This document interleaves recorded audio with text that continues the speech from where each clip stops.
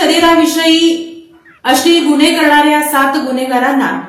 सोलापुरातून हद्दपार करण्यात आलाय। पंढरपूर शहर पोलीस ठाणे हद्दीतील शरीराविषयी गुन्हेगारी टोळी नंबर 1 मधील सराईत गुन्हेगार शुभम किशोर लखेरी राहणार विणे गल्ली पंढरपूर, टोळी प्रमुख दिनेश वासुदेव गोमासे राहणार कासर गल्ली पंढरपूर, इसा हारून शेख सहकार चौक पंढरपूर, यश अनिल चव्हाण राहणार ठाकरे चौक पंढरपूर, तसेच यातील टोळी नंबर 2 मधील गुन्हेगार प्रवीण उर्फ तात्या देवीदास शिंदे हा टोळी प्रमुख, शहाजी देवीदास शिंदे राहणार डोंबे गल्ली पंढरपूर,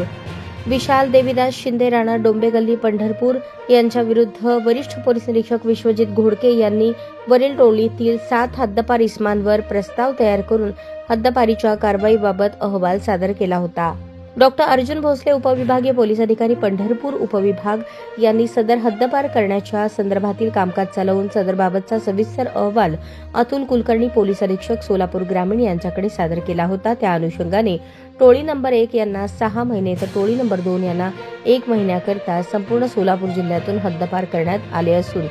सदरची नोटीस हद्दपार इसम यांना ताब्यात घेऊन बजावण्यात आली आहे। सदरची कामगिरी डॉक्टर अर्जुन भोसले उपविभागीय पोलीस अधिकारी पंढरपूर विभाग पंढरपूर, विश्वजित घोडके पोलीस निरीक्षक पंढरपूर शहर पोलीस ठाणे